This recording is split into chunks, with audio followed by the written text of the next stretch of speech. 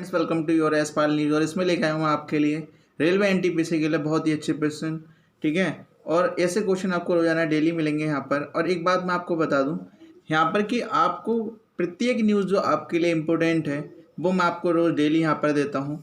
ठीक है, practice set या फिर किसी ना किसी सब्जेक्ट की नॉलेज आपको मिलती रहती है। ये दरअसल आपकी न्यूज़ का भी चैनल है, ठीक है ना, और आपकी स्टडी रिलेटेड भी चैनल है। आप चाहें तो इससे तैयारी भी कर सकते हैं, क्योंकि न्यूज़ का मतलब होता है इन्फॉर्मेशन पहुंचाना या फिर आपका किसी भी चीज़ के लिए प्रिपेयर कराना। तो देखो, मैं आपको प्रिपेयर भी करा रहा हूँ और आपको इन्फॉर्मेशन भी दे रहा हूँ। दोनों चीज़ें ही बहुत ही ज़्यादा इंपॉर्टेंट है हम लोगों के लिए। ठीक है, बहुत ही अच्छे रोल अदा करती हैं दोनों ही चीज़ें।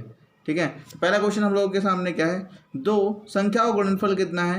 यहाँ पर दो संख्याओं का गुणनफल कितना है वो आप देख लीजिए। दो संख्याओं का गुणनफल कितना है, 3192 है, और उनका एलसीएम कितना है, 56 है। तो उनका एचसीएफ बताना है। देखिए, आपको एक फॉर्मूला इसमें याद रखना है। मतलब पहली दो संख्याओं का गुणनफल देखना, मतलब पहली संख्या गुणा दूसरी संख्या, पहली संख्या गुणा दूसरी संख्या बराबर कितना दे रखा है गुणनफल, 1392 आपका यहाँ पर दे रखा है। इनका एलसीएम कितना दे रखा है, एलसीएम दे रखा है आपका 56। ठीक है ना, तो आपके डायरेक्ट एक फॉर्मूला होता है इसमें, पहली संख्या गुणा दूसरी संख्या बराबर LCM into LCM into HCF.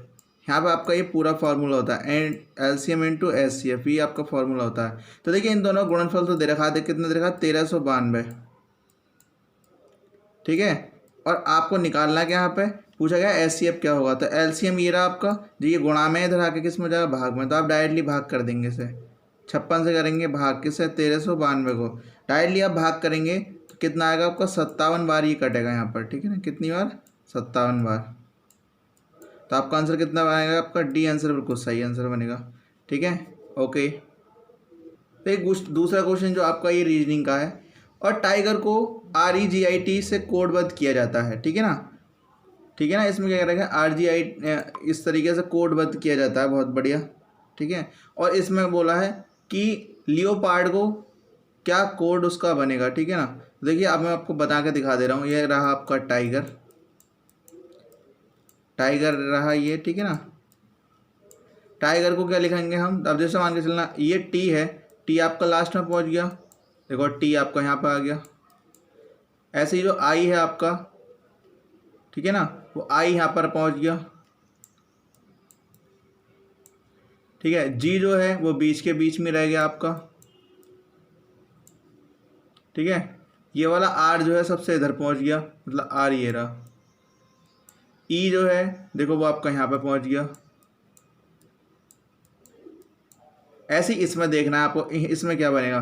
तो एक बात ध्यान रखना, टोटल नंबर गिन लेते हैं पहले, 1 2 3 4 5, 5 नंबर थे तो 5 का सेम रहा, और बाकी नंबर इसमें चेंज हो गए। तो 2 2 4 2 6 और 1 7, यहाँ पे इसमें 7 नंबर हैं। तो जो बीच वाला नंबर होगा वो सेम रहेगा। देखो इधर से 1 2 3 और 4, 1 2 3 और 4, ये चौथे नंबर, मतलब पी तो बिल्कुल सेम रहेगा। अब जो भी बीच में पी होगा वही आपका आंसर बनेगा, बीचों बीच में 1 2 3 और 4, 1 2 3 4, मतलब एक तो इसमें बीच में पी आ रहा है बिल्कुल बीचों बीच में। फिर इसमें देखते हैं 1 2 3 4, मतलब एक इसमें पी आ रहा है बीच बीच में। ठीक है ना, और इसमें किसी में पी आ रहा है बीचों बीच में नहीं, इसका मतलब ये भी नहीं हो सकता और ये भी नहीं हो सकता। अब आंसर इन दो में से एक बचेगा। अब आंसर दो में से एक कैसे बचेगा, अब ये वाला एल जो है आपको पता ही है, ये वाला जो एल है वो एल क्या आना चाहिए, लास्ट में आना चाहिए, क्योंकि इसमें टी लास्ट में आया था। तो देख लो आप, एल किसके लास्ट में आया था, इसके वाले में लास्ट में आ रहा है। ठीक है ना, तो आपका आंसर कौन सा बनेगा, सी बिल्कुल सही आंसर बनेगा। ये होता है शॉर्ट तरीका करने का। ठीक है, अब देखो यहाँ पे ये आपका बचा था ना, बी और सी बचा था, इसके लास्ट में कितना आ रहा है, डी आ रहा है, लेकिन डी आएगा नहीं लास्ट में। कितना आएगा, क्योंकि पहले वाले को लास्ट वाला बनाया हमने, तो ऐसे ही इसमें बना दिया। नेक्स्ट देखिए, चिन्हों को माइनस और गुणा तथा संख्याओं 5 और 14 को परस्पर बदल दिया जाए तो 5 + 4 भाग 2 - 8 गुणा 14 का मान क्या होगा, ये आपसे पूछा गया है यहाँ पर। तो देखिए, इसमें साइन चेंज करने हैं और 2 अंक चेंज करने हैं। अंक क्या करना है, मतलब 5 की जगह कितना हो जाए, 14 हो जाए। तो आप यहाँ पर क्या सोचोगे, बोले यहाँ पर 5 है ही नहीं, 5 की जगह कितना है, 14 है, ये हमने रख दिया। प्लस ऐसे क्या, ऐसे क्या रहने दो, 4 4 को चेंज करा है, नहीं करा है। भाग को चेंज नहीं करा है क्योंकि माइनस, और बस माइनस की जगह क्या कर दिया है, माइनस को क्या कर दिया, गुणा कर दिया, गुणा 8, ठीक है। और गुणा को क्या कर दिया, माइनस कर दिया है। और 14 की जगह कितना कर दिया, 5 कर दिया है।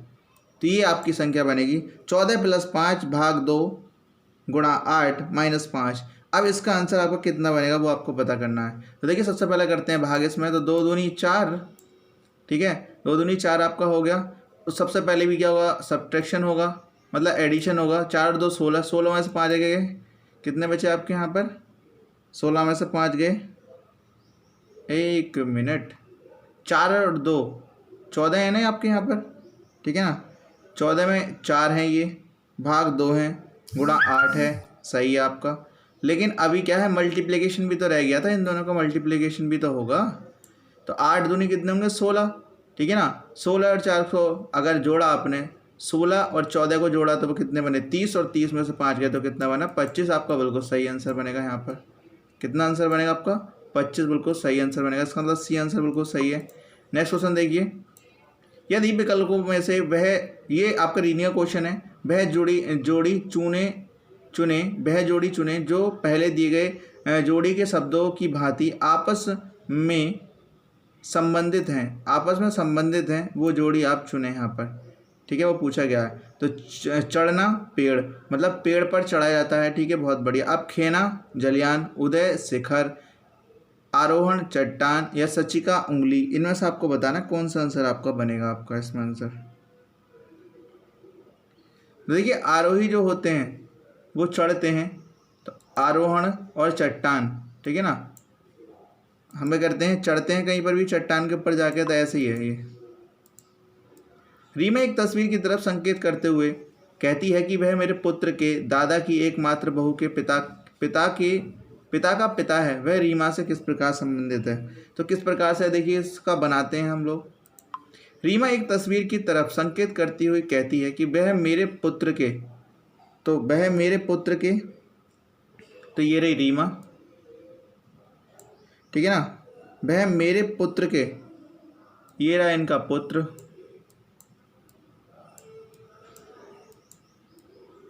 वह मेरे पुत्र के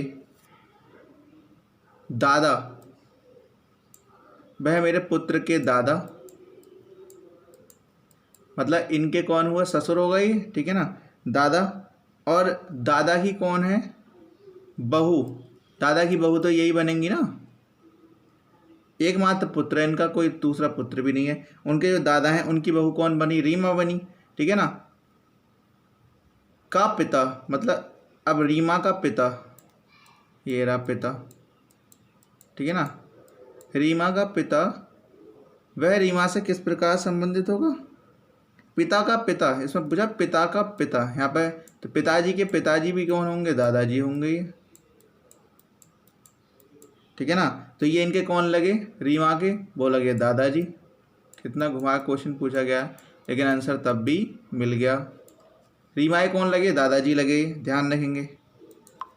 नेक्स्ट देखिए, ये आपको गणना करनी है, इसकी किस प्रकार से करोगे आप, ठीक है ना। तो आप किसी को भी पहले कर लो, कोई आपत्ति वाली बात नहीं है, लेकिन पहले क्या करेंगे, हम इन दोनों को भाग करेंगे, इन दोनों को भाग करेंगे हम सबसे पहले। तो ये 64 बार भाग जाएगा, कितनी बार जाएगा, 64 बार ये भाग जाएगा आपका, 64 बार भाग जाएगा। 64 से आप फिर भाग करोगे तो 8 अट्ठे 64, मतलब कितना आएगा आपका, 8। इसका आंसर बनेगा सही, सी आपका बिल्कुल सही आंसर बनेगा।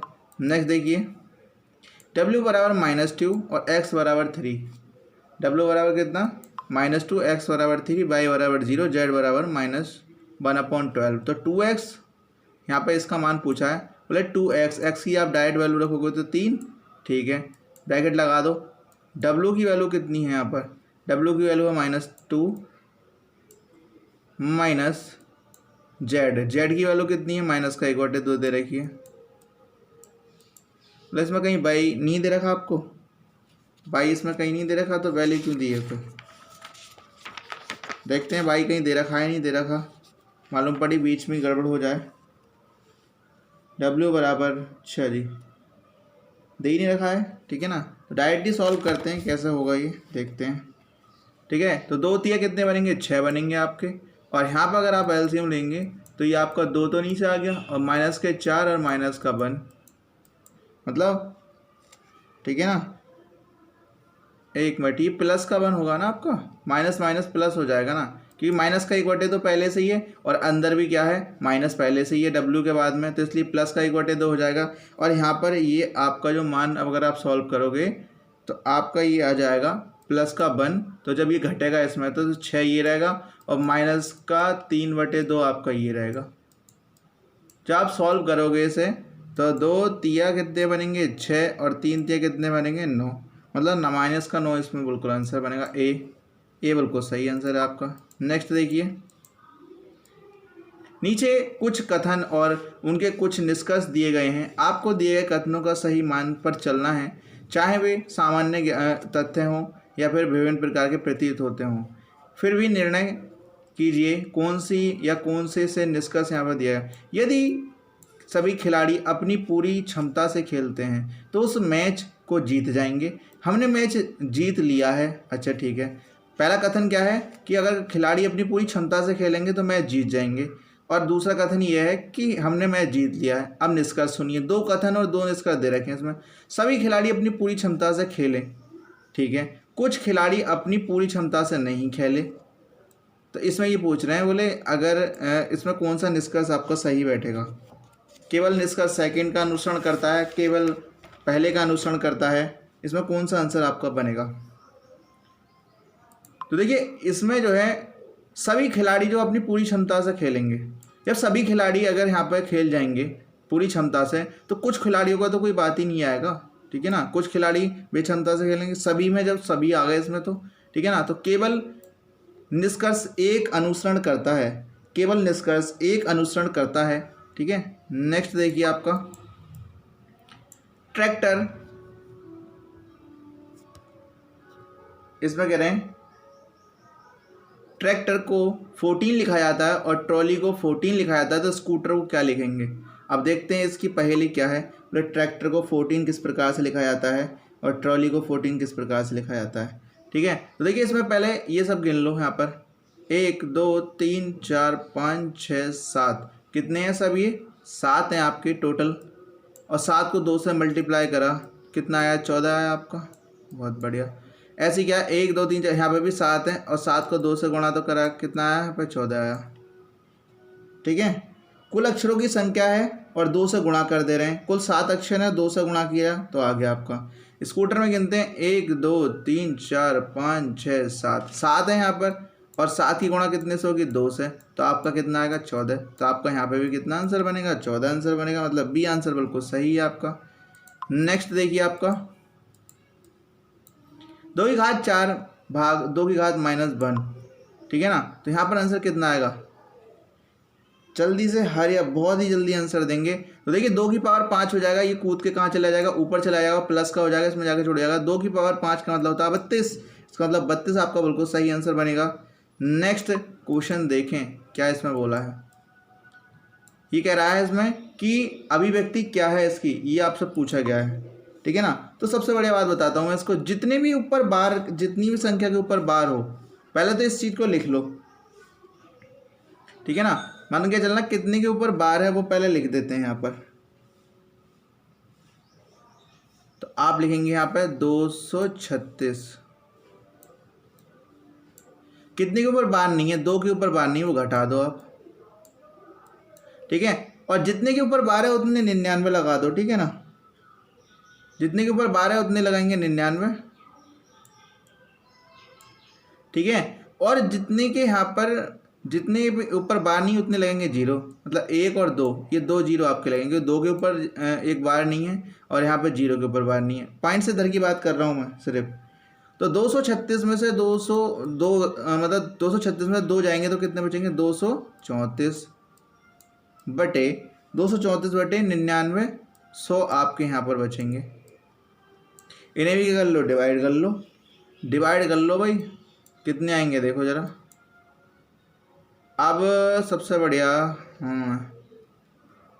देखो किस तरीके से 2 चौके 8, 2 नम 18, 2 पंजे 10, 0, 2 एकम 2, 2 एकम 2, 2 सत्ते 14, ये जाएगा आपका 11 से डिवाइड करोगे, सॉरी 11 से नहीं, अगर आप करोगे इसे 9 तो 8, कितना बचे यहाँ पे, अगर आप डिवाइड करोगे तो डिवाइड करने के बाद आपका यहाँ पर आंसर बनेगा 9 से आपने डिवाइड कर दिया इसे, 9 से डिवाइड करा तो 9 एकम 9 और 9 तिया 27, मतलब 13 बार गया, और यहाँ पर आपने 9 से डिवाइड किया 9 पंजे 45, और ठीक है ना, यहाँ पर कितने बचे, फिर 4 बचे, 9 पंजे 45 और 0, मतलब 13/550 आपका यहाँ पर आंसर बचेगा। 13/550 बिल्कुल सही आंसर आपका यहाँ पर बनेगा। नेक्स्ट देखिए, यह श्री यशवंत ने एक एफडी में कुछ रुपयों का निवेश किया, परिपक्वता होने पर उसे कुल कितनी धनराशि मिलेगी? 10,000 रुपये 6 महीने के लिए 20% वार्षिक चक्रवृद्धि ब्याज की दर पर निवेश किए गए हों तो। हेलो दोस्तों, तो देखिए यशवंत ने एफडी कराई, कुछ रुपये जो है निवेश किए, परिपक्वता के लिए कुछ राशि, यहाँ पर कितनी राशि मिलेगी? 10,000 रुपये में 6 महीने के लिए। तो देखिए यहाँ पर 6 महीने हैं तो इसमें 2 तिमाही हैं आपके, ठीक है ना, 6 महीने हैं तो कितने तिमाही हैं? 2 तिमाही हैं, और आप यहाँ पर कितने से जो भी परसेंटेज दे रखी होगी आप उसे 4 से भाग करेंगे। 4 से भाग करने के बाद आप कितना बचा? 5% आपका बचा, जो 10,000 है। आप अगर हम निकालेंगे 10,000 का 1/20, मतलब 5% को अगर सॉल्व करेंगे तो 5/100, मतलब 1/20 आएगा, तो 10,000 का आपने 1/20 निकाला तो 500, 10,000 का फिर से आपने 1/20 निकाला तो फिर 500, और 1/20 दोबारा से निकालोगे अगर 500 का आप, क्योंकि एक बार पहले वाले साल पर आपको दोबारा से ब्याज मिलेगा, ठीक है, ठीक है, पहले वाले साल पर, क्योंकि दो है आपका, यहाँ पर 2 तिमाही है तो पहले वाले महीने पर दोबारा से ब्याज मिलेगा, तो यहाँ पर 1/20 करोगे तो 25 आएगा आपका, 10,000 ये आपका आ गया, 500 और 500 1000 ये आपका आ गया, 25 ये आपका आ गया, और आपने क्या कर दिया यहाँ पर जोड़ दिया। सबको जोड़ने के बाद आएगा आपका 11025, आपका बिल्कुल सही आंसर बनेगा। नेक्स्ट क्वेश्चन देखेंगे। इस प्रकार क्वेश्चन जो है पेपर में बहुत देखने को मिलते हैं, ठीक है ना। परीक्षा में 3 वर्ग ए बी सी थे, इन तीनों वर्गों में से 33 विद्यार्थी वर्ग ए में उत्तीर्ण हुए और 34 विद्यार्थी वर्ग बी में उत्तीर्ण हुए। 32 विद्यार्थी वर्ग सी में उत्तीर्ण हुए, 10 विद्यार्थी वर्ग ए और बी दोनों में उत्तीर्ण हुए, ठीक है ना।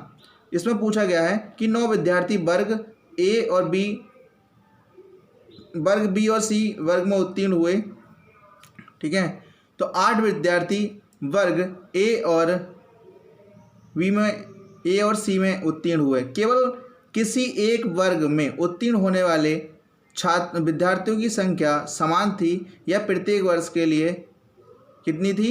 21 थी। तो कितने विद्यार्थी सभी वर्गों में उत्तीर्ण हुए, आपसे ये पूछा गया है। सही वर्गों में कुल कितने विद्यार्थी यहाँ पर उत्तीर्ण हुए? तो देखिए यहाँ पर एक छोटा सा चार्ट बना ले रहे हैं, वो चार्ट किस प्रकार से बनाएंगे वो ज़रा देख लीजिए। इस तरीके से गुत्थी जल्दी सुलझती है इसकी, किस प्रकार से बोले। यहाँ पर कितने हैं? ए में आपके 33 आप ध्यान रखेंगे, कितने? 33 आप ध्यान रखेंगे, मान के चलना। इसमें कुछ क्वेश्चन में कुछ जानकारी लेते हुए चलेंगे। क्वेश्चन क्या कह रहा है आपका? क्वेश्चन बोल रहा है कि यहाँ पर ए जो विद्यार्थी हैं, ए में वो कितने विद्यार्थी यहाँ पर पास हुए, ठीक है। तो ये जानकारी थोड़ा हम ले लेते हैं यहाँ पर, किस प्रकार से बोल रहे हैं। इसमें ए जो है, ए में जो है 33 विद्यार्थी वर्ग ए में उत्तीर्ण हुए, ठीक है ना। कितने विद्यार्थी उत्तीर्ण हुए? देखो इसमें लिखा हुआ ए में कुल कितने विद्यार्थी उत्तीर्ण हुए, तो इसमें हुए थे 33, ठीक है ना। 33 आपने लिख दिए यहाँ पर, 33 आपने लिख दिए और एक सर्किल बना दिया। सर्किल जब आपने बनाया तो इसमें लिखा हुआ है कि आपने 34 विद्यार्थी बी वर्ग में उत्तीर्ण हुए, तो यहाँ पे 34 विद्यार्थी बी वर्ग में उत्तीर्ण हुए। तो मतलब कुछ ऐसे भी हैं जो ए और बी में भी उत्तीर्ण हुए हैं, मतलब बी में कितने हुए हैं पहले वो देख लेते हैं। तो बी में अगर आप देखा जाएगा तो बी में आपके उत्तीर्ण हुए हैं 34, तो 34 लिख दिया आपने, ठीक है। आप क्या बोल रहे हैं इसमें? बोले आपके सी वाले वर्ग में भी आप ध्यान रखेंगे कितने उत्तीर्ण हुए हैं। एक मिनट रुक जाइए, मैं थोड़ा ढंग से बना दूं इसे। यहाँ पर ये 34 दे रखा है और यहाँ पे आपने कुछ बच्चे इसमें से ही पास होंगे, ठीक है ना। किस प्रकार से होंगे? ये तीसरा वर्ग है आपका, तो इसमें सी में से कितने होते हैं? 32 पास होते हैं, उत्तीर्ण होते हैं। ठीक है, उसके बाद कह रखा है इसमें कि सी में कितने 32 उत्तीर्ण हुए। 10 विद्यार्थी ए और बी दोनों में उत्तीर्ण हुए। तो 10 विद्यार्थी कितने में, ए और बी, मतलब ए और बी में अगर बीच में लिखेंगे तो यहाँ पे लिखे जाएंगे, कितने लिखे जाएंगे, 10 विद्यार्थी। ठीक है, और ऐसी क्या है आपके ए और बी में कितने 10 विद्यार्थी उत्तीर्ण हुए, और ए और बी वर्ग में 10, ए और बी में कितने 10 हुए, और 9 कितने हुए बी और सी में हुए, 9 कितने हुए बी और सी में, मतलब 9 और 9 यहाँ पे लिख दूँ मैं, बी और सी में ये वाला रहेगा। ठीक है ना, उसके बाद में कितने विद्यार्थी जो है यहाँ पर आपका देखिए एक मिनट, सभी क्वेश्चन के आंसर एक बार में सॉल्व होते हुए चलेंगे। ए और सी वर्ग में उत्तीर्ण हुए, ए और सी में कितने हुए 8 विद्यार्थी उत्तीर्ण हुए, तो अपने लिख दिया 8 यहाँ पे। अब ये पूछ रहे हैं, बोले बताइए कितने विद्यार्थी सभी वर्गों में उत्तीर्ण हुए हैं, सही वर्गों में उत्तीर्ण हुए हैं। ठीक है, तो पहले देख लेते हैं किस प्रकार से आपको यहाँ पर आंसर करना पड़ेगा। ठीक है ना, देखिए तीनों वर्गों में उत्तीर्ण होने वाली विद्यार्थियों की जो संख्या है वो कितनी है वो मैं बता दे रहा हूँ आपकी। ठीक है, यहाँ पर देखिए किस प्रकार से आपका आएगा आंसर। तो देखिए इसमें किस प्रकार से आपके इस बार प्रतिवर्ष कितने विद्यार्थी पास होते जा रहे हैं, 21, इसमें भी आपके 21। ठीक है, और इसमें भी कितने 21, समय 21 पास होते चले आ रहे हैं। ठीक है, अब इसमें क्या करेंगे, देखो 10 विद्यार्थी ए और बी मिलकर पास हो रहे हैं, बी और सी वर्ग में कितने हो रहे हैं 9, और 8 ए और सी मिलकर हो रहे हैं, तो 10 9 19 और 8 कितने होंगे 27, और टोटल विद्यार्थी हर साल कितने पास हो रहे हैं, वो हो रहे हैं 21 आपके।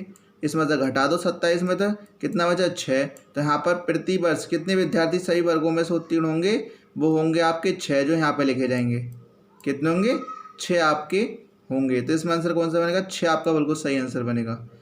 नेक्स्ट देखें, कितने विद्यार्थी 3 वर्गों में से केवल एक ही वर्ग में उत्तीर्ण हुए हैं। क्या है आपका ये कि कितने विद्यार्थी ऐसे हैं जो कि तीनों वर्गों में से केवल एक में ही उत्तीर्ण हैं। तो आप क्या करेंगे, यहाँ पर 21 हर साल पास हो रहे थे ना, तो 21 आपके ये, 21 आपके ये, और 21 आपके ये, इन सबको जोड़ लो और आंसर आएगा आपका 63। तो ये आपका आंसर बनेगा। नेक्स्ट देखिए, एक या एक से अधिक वर्गों में उत्तीर्ण विद्यार्थियों का केवल वर्ग ए में उत्तीर्ण विद्यार्थियों से अनुपात कितना है, वो आपसे पूछा गया है। ठीक है ना, उत्तीर्ण विद्यार्थी से अनुपात कितना है वो आपसे पूछा गया है। ठीक है, देखिए यहाँ पर इसका आंसर क्या बनेगा, इसका आंसर बनेगा आपका 78/21, 78/21 बिल्कुल सही आंसर बनेगा। नेक्स्ट देखिए, 74/97 अनुपात 147 -8, यहाँ पर आंसर आपका क्या बनेगा वो आपसे पूछते हैं। ठीक है ना, अगर आप इसे डिवाइड करोगे, ठीक है ना, अगर आप इसे डिवाइड करोगे तो ये आपका 51 बार जाएगा। कितनी बार, 51 बार। और 51 में से जब आप 8 घटाओगे, आप कितना बचेगा आप खुद बताइए। 51 में से जब 8 घटेगा तो यहाँ पर आएगा आपका आंसर, एक मिनट 147 है आपका यहाँ पर। तो देखिए देखो इस क्वेश्चन में जो है, इस क्वेश्चन में जो मैंने आपको बताया था वो मेथड बिल्कुल सही है। और आपका जो है यहाँ पर जब हम काटेंगे ऐसे, इन दोनों को डिवाइड करेंगे यहाँ पर, ठीक है ना, तो डिवाइड करने के बाद आपका इन दोनों को डिवाइड करने का 129/3 आपका बचेगा सबको सॉल्व करने के बाद। और जब इसे डिवाइड कर देंगे तो 3 चौक 12 और 3 तिया 9 आपका बिल्कुल सही आंसर आएगा, जो इनमें से कोई भी नहीं है, लेकिन आपका 43 बिल्कुल सही आंसर बनेगा। कोई बात नहीं, मिस प्रिंटिंग हो जाती है कभी कभी, लेकिन कोई बात नहीं है।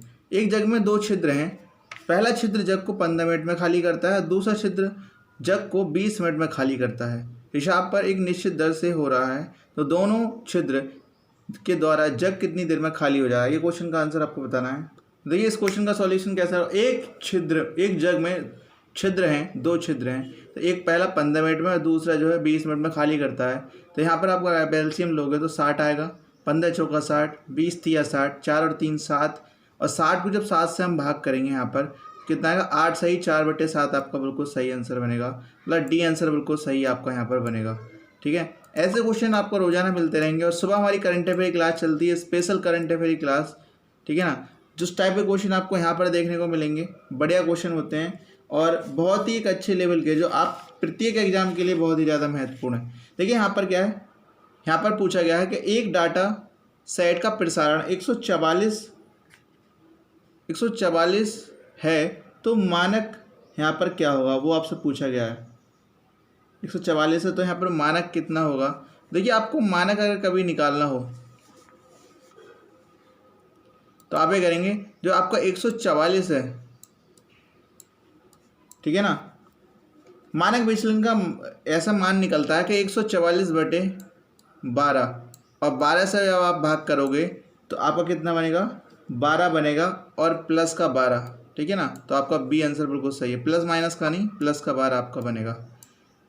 देखिए ये आपका क्वेश्चन है कि गणना ज्ञात कीजिए, इसमें क्या गणना आपको ज्ञात करनी है वो आपसे पूछा गया है, ठीक है ना। तो सबसे बड़ा तरीका क्या है, आप क्या है, जितने हैं 9,999 आपके यहाँ पे लिखे हुए हैं, तो आप क्या करेंगे, 10,000 में से एक कम करके लिख देंगे, 10,000 -1, ठीक है ना। तो आप क्या होगा, यहाँ पर जितने भी हैं यहाँ पर ये, उसके आगे आपने क्या, 10,000 में जितने जीरो हों उतने जीरो आप इसके आगे लगा दो और उसमें से ये वाला मान घटा दो। तो ये कितने होंगे, 54, 36, 7 और 1, 2, 3, ठीक है ना, आपने लगा दी यहाँ पर। और इसमें क्या कर दो, आप इतने घटा दो, 54, 36, 37 आप इसमें से घटा दो, तो 7, 6, 3, 5 और 4, इतनी वैल्यू आप यहाँ पर क्या कर दोगे, घटा दोगे। जब वैल्यू आपकी घट के आएगी तो देखिए कितनी आएगी, 10 में 7 गएंगे 3, 9 में से 6 गए तो 3, ठीक है, 9 में से 3 गए 6, ठीक है ना। अब देख लो लास्ट वाली 3 डिजिट तो लगभग सबकी मैच कर रही हैं। उसके बाद में अगर देखेंगे आप यहाँ पर कितने बचे, 6 बचे, 6 में 4 गए तो कितने बचेंगे, 2। 1 मिनट, थोड़ा मिस्टेक हो गया लगती है। यहाँ पर आपका जो आंसर बनेगा बहरहाल घटने के बाद में, वो आपका डी आंसर बिल्कुल सही बनेगा, ठीक है, डी आंसर बिल्कुल सही बनेगा आपका। देख लें सॉल्व करके आप। यहाँ पर आंकड़ों का बहुलक ज्ञात कीजिए, इसमें आंकड़ों का बहुलक ज्ञात करना है आपको, इसमें कौन सा आपका सही बनेगा, ठीक है ना। तो 4 की बारंबारता इसमें देखो, देखते हैं बहुलक कितने हैं इसमें, वो गिन लेते हैं, ठीक है ना। इसमें किस प्रकार से हम निकालते हैं, पहले तो देखेंगे, इसमें एक क्रम लगाते हैं हम। पहले देखो, अब आप छोटी से छोटी संख्या से निकालना स्टार्ट कर दो। माइनस का 5 आपका पहले आएगा,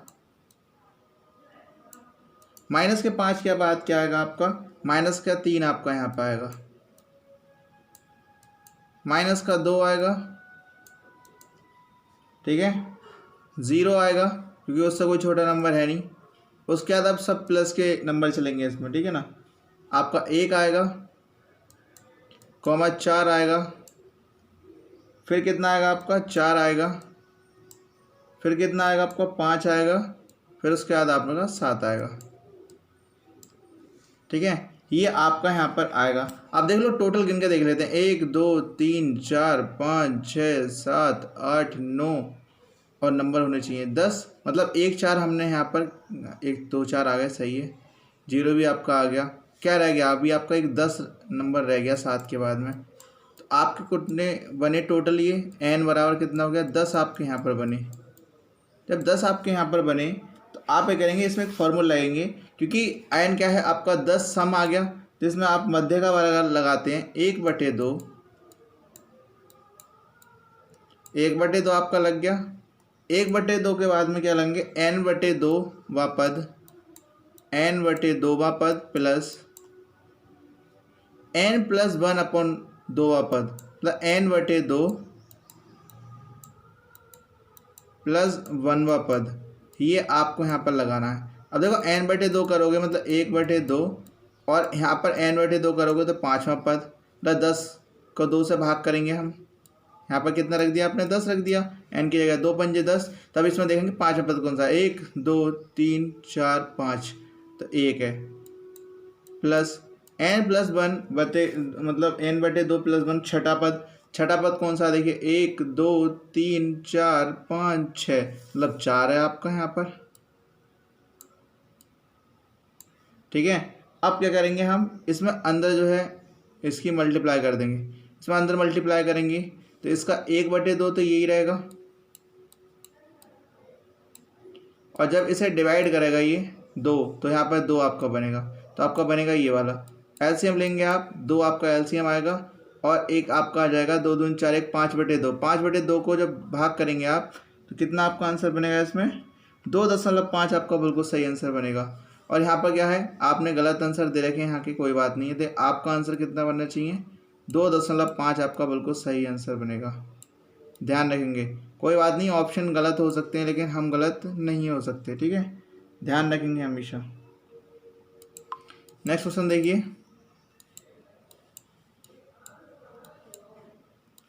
156 रुपये को 1:2:4:5 के अनुपात में विभाजित किया गया है, तो निम्न में से किस क्रम में वो लिखे हुए हैं यहाँ पर। ठीक है ना, तो 156 रुपये को अब देखो जितने भी इसमें नंबर है वो सब जोड़ लो। 5 4 9, 9 और 2 11 और 1 13, मतलब 156 बटे क्या कर लो आप 13 कर लो यहाँ पर जल्दी से फटाफट से। और जब आप इसे डिवाइड करोगे तो 13 × 13 और 13 दूनी 26, मतलब कितनी आ गई 12 वैल्यू आ गई। अब सबकी वैल्यू निकाल दो, एक की वैल्यू 12 आई सही है, उसके आगे देखो 1 मिनट, यहाँ पर आपने जोड़ा तो कितना बना टोटली सब, यहाँ पर आपका बना 13 सही है। पहला भाग आपने निकाला तो आएगा 12, कि यहाँ पर x है आपका सिंपल, पहला आपका 13 आ गया। 13 क्यों आएगा, आपने कितने से भाग करना है इसमें जोड़ के देखते हैं। 9 और 3 12 ही तो बनेगा, तो 12 से आप भाग करेंगे तो यहाँ पर आपको 13 आएगा सही है। जोड़ने में मिस्टेक हो गई थी, कोई बात नहीं है। अब इसमें 13 दूनी 26, ठीक है ना, और 13 दूनी 26 के बाद आपका आएगा जब आपका नेक्स्ट पद निकालोगे 4 से गुणा होगा तो 13 चौक 52, और 13 चौक 52 के बाद कौन सा आएगा आपका 13 पंजे 65। ये आपकी सीरीज यहाँ पर बनेगी 13 26 52 65, 13 26 52 65, ये आपका यहाँ पर बिल्कुल सही बनेगा। ठीक है, तो आपका सी आंसर बिल्कुल सही होगा। नेक्स्ट देखिए 10a बराबर 15/8 और 10b बराबर 7/24, तो 10a + b की मान इसमें पूछा है। देखिए मैं आपको 10a + b का मान बताता हूँ चलता हूँ। 10a + b का मान क्या होता है इसमें, 10a + b का मान कितना होगा, तो यहाँ पर आपका मान होता है 10a + 10b बटे 1 - 10a 10b, 1 - 10a × 10b। आपको सिंपल करना है, इसमें मान लगाना है।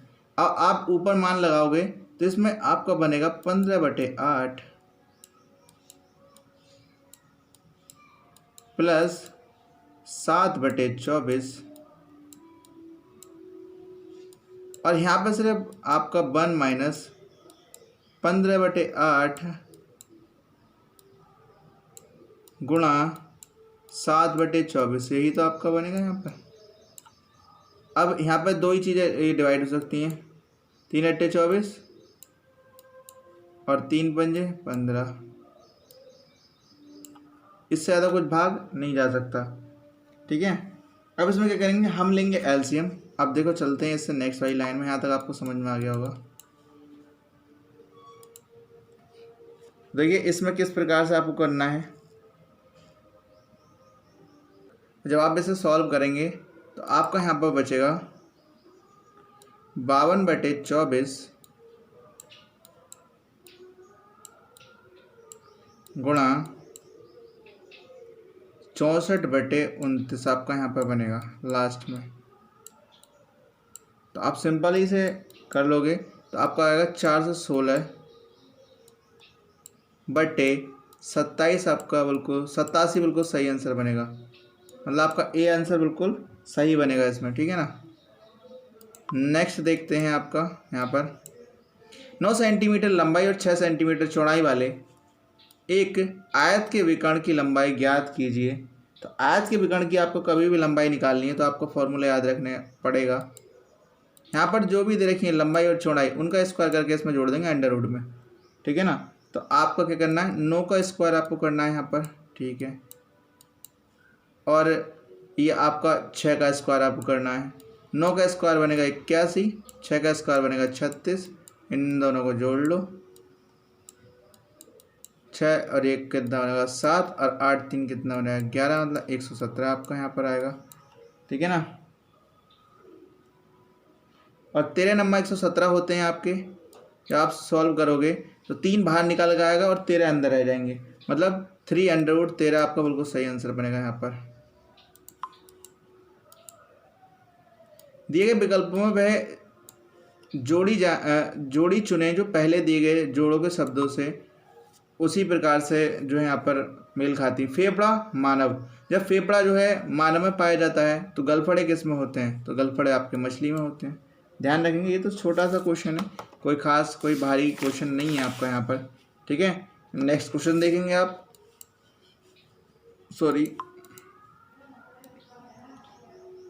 भाग का गुणा को दर्शाता है और माइनस योग को दर्शाता है और प्लस भाग को दर्शाता है। तो यदि ऋण को दर्शाता है तो निम्न में से कौन सा विकल्प सही है। तो आपको यहाँ पर बताना है इसका आंसर आपका क्या बनेगा। तो आप ध्यान रखेंगे 19 भाग को कौन दर्शा रहा है, भाग को आपका गुणा दर्शा रहा है, यहाँ पर गुणा 9, ठीक है। और माइनस मतलब गुणा कौन दर्शा रहा है, माइनस दर्शा रहा है, तो -51 सही है। और यहाँ पर माइनस को प्लस दर्शा रहा है तो मतलब 171, और प्लस को भाग दर्शा रहा है तो इसका मतलब प्लस का 19। ये आपको यहाँ पर सॉल्व करना है। तो आप इसे सॉल्व करोगे तो आपने यहाँ पर क्या करेंगे, देखिए रहा, इसमें जब आप भाग कर देंगे यहाँ पर, तो आपने जब यहाँ पर भाग किया तो कितनी बार जाएगा, ये 9 बार जाएगा, ठीक है। 9 बार जाएगा, उसके बाद इनकी होगी मल्टीप्लाई, ठीक है ना। इसकी मल्टीप्लाई होगी तो आएगा आपका 171, माइनस का 51, प्लस का 9, ठीक है। आप क्या करेंगे, इन दोनों को जोड़ लो, 180 बनेगा, और 180 में से कितना निकाल दो, 51 आप निकाल दो तो आपका बचेगा 129। बी आपका बिल्कुल सही आंसर है। 7x + 3x x - 4 इसे सॉल्व करेंगे तो क्या आएगा आपका, यहाँ पर वो आपसे पूछ रहे हैं। तो देखिए आप क्या है, 7x तो ऐसी कैसी रहेगा, यहाँ पर देख लेते हैं। 7x तो आपका ऐसी कैसे रहेगा, और जब आप इसे सॉल्व करोगे तो आपका आएगा 3x² माइनस का 4 तिया 12x आपका यहाँ पर बनेगा। जब आपका ये बनेगा तो आप क्या करेंगे, इसे सॉल्व करेंगे तो 3x² आपका ये बनेगा, क्योंकि स्क्वायर की वैल्यू ऐसी रहेगी, और इसमें से इसे निकाल दोगे तो -5x आपका यहाँ से बचेगा। इसका मतलब 3x² - 5x, क्योंकि यहाँ पर ये माइनस का है तो यहाँ पर माइनस का आना चाहिए। 3x² - 5x मतलब डी आपका बिल्कुल सही आंसर बनेगा यहाँ पर। नेक्स्ट क्वेश्चन देखिए, दिए गए अव्यवस्थित अक्षरों से फूल और पेड़ के नाम अलग करें और दिए गए विकल्पों में इन फूलों और पेड़ के नाम यहाँ पर लिखें। अच्छा जी, क्या दे रखा है आपका, यहाँ पर देखिए सैल्यूट्यूल करके दे रखा है, तो इसमें से फूल के नाम अलग करने हैं। तो एक तो बनेगा इसमें से लोटस, एल है, ओ है, टी है, यू है, एस है। एक तो लोटस बन गया आपका, ठीक है ना, लोटस, ठीक है। दूसरा एक बनेगा TEA, टी बनेगा इसमें। कितने शब्द बन रहे हैं टोटल, इसमें कितने शब्द बन रहे हैं आपके यहाँ पर, एल और टी। एल से बना लोटस और टी से बना टी, बस 2 ही बनेंगे। नेक्स्ट देखिए आपका यहाँ पर आंकड़ों का माध्य आपको निकालना है यहाँ पर। तो आंकड़ों का माध्य इस प्रकार से निकलेगा कि सबको जोड़ लो और जितने भी ये नंबर हैं उन सबसे भाग कर दो। सबको जोड़ लो मतलब 2 + 9 + 9। तो देखिए यहाँ पे भी आप डायरेक्ट जोड़ सकते हो, ठीक है ना। आप जोड़ो 9 और 6 15 और 4 19 19 19 और 3 19 और 3 22 और 2 24 और 9 को जोड़ो 18, 24 और 18 को जोड़ेंगे तो आपका बनेगा यहाँ पर 42। ठीक है ना, 24 18 को जोड़ेंगे 42। टोटल नंबर कितने आपके 7 नंबर है, 7 6 42, तो आपका कितना बनेगा 42/7 आपका सही आंसर बनेगा। ठीक है, ये आंसर आपका सही है। नेक्स्ट देखिए 3957 को XPLMD लिखते हैं और इसे इतना लिखते हैं, तो इसका पूछ रहे हैं इसमें क्या लिखा है। तो देख ले रहे हैं इसमें डी की वैल्यू देखो कितनी दे रखी है, 4 दे रखी है, बहुत बढ़िया। उसके बाद में बी की वैल्यू यहाँ पर बी की वैल्यू कितनी दे रखी है, यहाँ पर बी की वैल्यू आपकी 8 दे रखी है, बहुत बढ़िया। एम की वैल्यू कितनी दे रखी है, एम की वैल्यू यहाँ पर 7 दे रखी है। तो इस तरीके से इन्हें डिसाइड कर लेंगे, सजेस्ट करके सिंपल सी भाषा में यहाँ पर आंसर बता देंगे इसका। और यहाँ पर जो आंसर बनेगा वो आपका बनेगा सी, मतलब आपका यहाँ पर आंसर सी बनेगा। सी आंसर है आपका 48703, बिल्कुल सही आंसर है। अंश को पढ़ें और आधारित करें। ठीक है ना, राधा, रेखा, रानी, रागिनी, रसिम, रीमा, रेणु एक व्रत के केंद्र की ओर मुख करके बैठी हुई हैं। ठीक है ना, तो सही है, बहुत बढ़िया बात है। तो देखिए इस तरीके से हम करेंगे। यहाँ पर एक मिनट थोड़ा क्वेश्चन थोड़ा ऊपर ले रहे हैं, इससे कोई मतलब नहीं है, यहाँ से मतलब आपका स्टार्ट होता है। तो यहाँ से देखिए राधा रानी ये सब कुछ जो है एक व्रत में रखी हुई है, तो पहले व्रत में रख दो इन सबको, और मुख करके बैठी हुई हैं। तो आपकी रेणु हो गई यहाँ पर,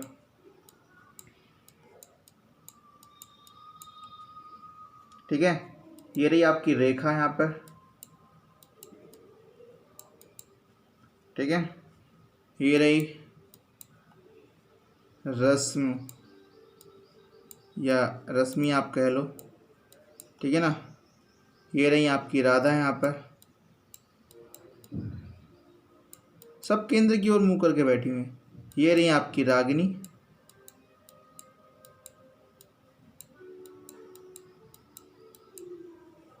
रागिनी के बाद ये रही आपकी राखी,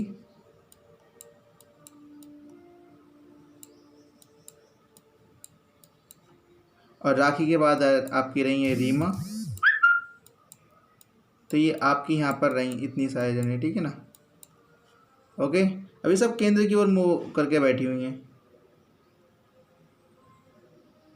ठीक है। तो क्वेश्चन पे पहले रीमा रसिम के बगल में नहीं है, ठीक है ना। रीमा जो है रसिम के बगल में नहीं है, तो देख लो आप रीमा जो है वो रसिम के बगल में है भी नहीं, रसिम यहाँ पर रख दी हमने, ठीक है।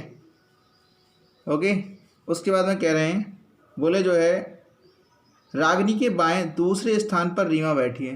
रागिनी के बाएं दूसरे स्थान पर रीमा बैठी हुई है। एक मिनट, बाएं बाएं बाएं तो इधर चलेंगे हम। तो देखिए एक बात ध्यान रखेंगे, इधर की तरफ चलोगे तो ये बायां है आपका, और इधर की तरफ आप चलोगे तो ये दायां है आपका। और इससे ही क्वेश्चन आपके सॉल्व होंगे, बस आपको यही चीज़ ध्यान रखनी है, ठीक है ना। रागिनी के बाएं दूसरी तरफ रीमा बैठी है, ठीक है। और दूसरा क्या है इसमें, राधा रेणु के बाएं तीसरे तरफ बैठी हुई है। राधा रेणु के बाएं तीसरी तरफ है, ठीक है ना। तो ये आपको देखने थे और ये आपके सही हैं यहाँ पर, ठीक है, जो मैंने कराए हैं। नेक्स्ट देखिए आपका, निम्नलिखित व्यक्तियों के जोड़ियों में से किस जोड़ी का पहला व्यक्ति दूसरे के तुरंत बाएं बैठा हुआ है, वो आपसे पूछा गया है। देखिए रीमा जो है, अच्छा इस वाले क्वेश्चन में पूछा है आपका, रीमा राखी के तुरंत बाएं बैठी हुई है। रीमा राखी के तुरंत बाएं बैठी हुई है, तो सी आपका बिल्कुल सही आंसर बनेगा इसमें। रागिनी के बाएं दूसरे कौन है, रागिनी के बाएं दूसरे कौन है, रीमा बैठी हुई है।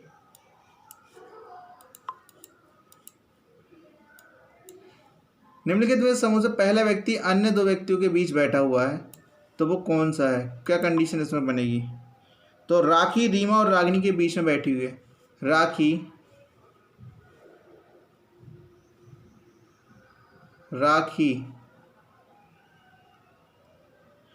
रीमा और रागिनी के बीच बैठी हुई है। रीमा और रागिनी के बीच बैठी हुई है।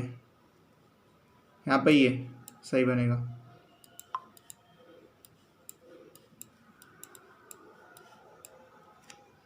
ओके।